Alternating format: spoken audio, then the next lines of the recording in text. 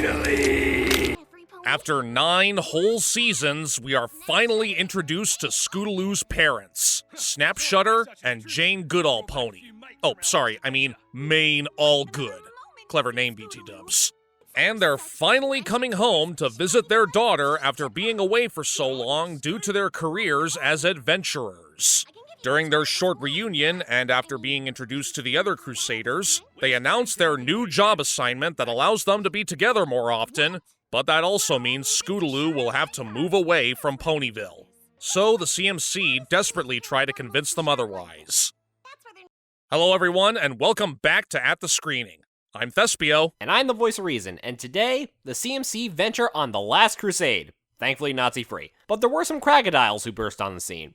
It really feels like Season 9 is tying up all the loose plot threads of the series. Today, we finally address where the hell Scootaloo's parents were all this time. It turns out they have the same occupation as the Irwins and the Wild Thornberries, as they were venturing out in the wild. Huh. Who knew Scootaloo was part Australian? And also, yeah, a rogue crocodile just tried to eat small children. That's kinda hardcore. I don't blame Cheerilee in the slightest for shivering in fear afterwards. Best show and tell ever. Oh yeah! But hey, not only do we finally get to see Scootaloo's parents, but we're also finally introduced to some of her other guardians that supposedly watched over her all this time. Specifically, Aunt Holiday and Auntie Lofty, the first confirmed same-sex couple in the show. Sorry, Lyra and Bonbon. You had your chance, but your not-so-subtle friend zone language doesn't get you far. But as cool as it was to see her aunts, some of their dialogue kinda threw me for a loop. More accurately at the beginning, when they leave and say that other ponies like Rainbow Dash and Mrs. Cake will watch over Scootaloo. So, she has guardians and babysitters on rotation? Huh. Kinda would have been nice to know that earlier in the show instead of keeping us in the dark about it, making us theorize she's an orphan, but hey, better late than never, right? Hey, if it took us this long to get another pure villain song and frenemies, who's to say they'll answer more lingering questions, like the fate of AJ's parents not in tree form? But anyway, we get a pretty depressing moment where the girls might have their last official meeting of the Cutie Mark Crusaders, and I'll admit it's kinda sentimental. Even though I figured this wouldn't be the end of the group, the prospect of having a good friend move away beyond their control is quite heartbreaking. However, in traditional CMC fashion, they try everything under the sun to get Scootaloo to stay. We even get the return of Bad Idea Sweetie Belle. Haven't seen her since Season 7. Yeah, even I'll admit that the CMC's quote-unquote last meeting did get me choked up a little. Kinda gave me the same vibes like when Rainbow Dash broke down sobbing over Tank going into hibernation, which was beyond her control. The aspect of someone you spent a majority of your life growing up with to have them be taken away from you can be distressing. But you have to try to handle that topic properly for it to really be effective. If only they gave that same care and respect to Starlight and Sunburst. But regardless, as nice as it is to finally see Scootaloo's biological family, is it wrong to say I kinda hate her parents? Yeah, after a rewatch, not gonna lie, Scootaloo's parents are actually kinda terrible if you really think about it. Remember what I said last time about taking one of two extremes when it comes to work versus play? Scootaloo's parents are the living example of that. Putting way too much time in their occupation has them essentially abandoning their daughter in Ponyville and getting whomever to watch her. And after so many years they've been out adventuring Equestria, they just tell her she's moving to Shire Lanka because they have new assignments. Heck, they don't even bother consulting her ahead of time. They just make this big life-changing decision for her. I'm sorry, they don't have standing when it comes to their daughter's living arrangements. But I don't want to say goodbye. You're changing my whole life without even asking how I feel! Yeah, and not to mention, they are kinda ignorant to Scootaloo's constant pleas to stay. But at the same time, it's hard to argue with them as they do raise valid points on why they decided to do this. Like it was mentioned before, their job is to explore exotic creatures and plants for the importance of advancing science and medicine in Equestria. So, in a way, yes, their job is important. This may just be what I've heard and seen from other families, but a lot of times, children don't have much of a choice when it comes to moving. Take, for example, military families. My new father-in-law served in the Air Force as a nurse, and he and the rest of his family, including my then soon-to-be wife, had to move every 3 to 5 years due to him transferring bases. So despite them being absent and practically abandoning Scootaloo, I do kinda understand her parents' reasoning for this decision. Doesn't mean I agree with them, but at the very least they find a middle ground in the end. But even then, Scootaloo's methods of trying to convince her parents to let her stay can also be taken the wrong way. It kinda gives the wrong message of, things will always go your way if you pressure your parents hard enough.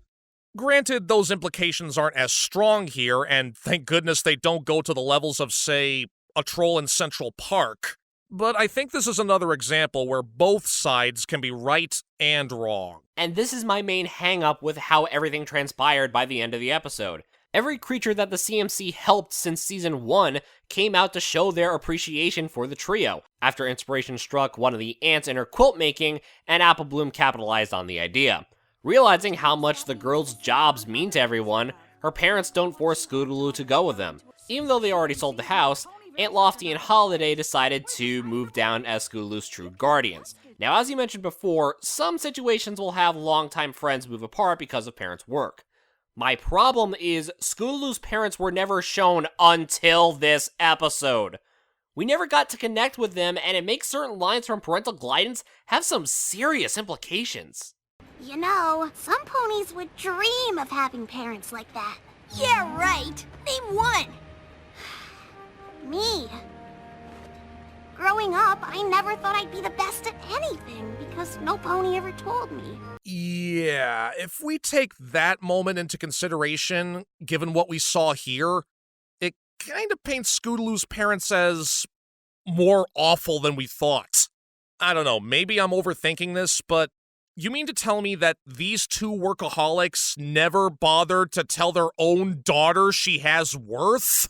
I mean, yeah, they mentioned that they read all of her letters to them 20 times, but they never bothered to reply to them or even take note of how important Scootaloo's own accomplishments were to not just herself, but the rest of Equestria that she probably may have written about?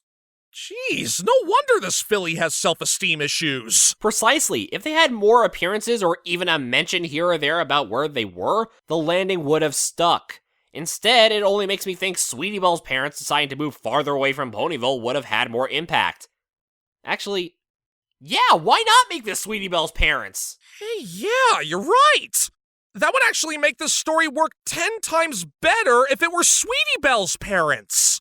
I mean, we know that they at least spoke back in Sisterhood Social, and they do show up periodically in other seasons, albeit in the background, but still. Since they spoke about leaving on vacation and asked Rarity to watch over her, maybe if they did something similar to that more often, this message would land better if it was them needing to move farther away because of their work. Whatever that is. And also because we've seen them more than Scootaloo's parents. Heck, you can still have Auntie Lofty and Aunt Holiday give the inspiration for the quilt and CMC Appreciation Day. Everything works out and we don't have to deal with Scootaloo's abandonment issues. Just chalk it up as a good retcon and we're golden.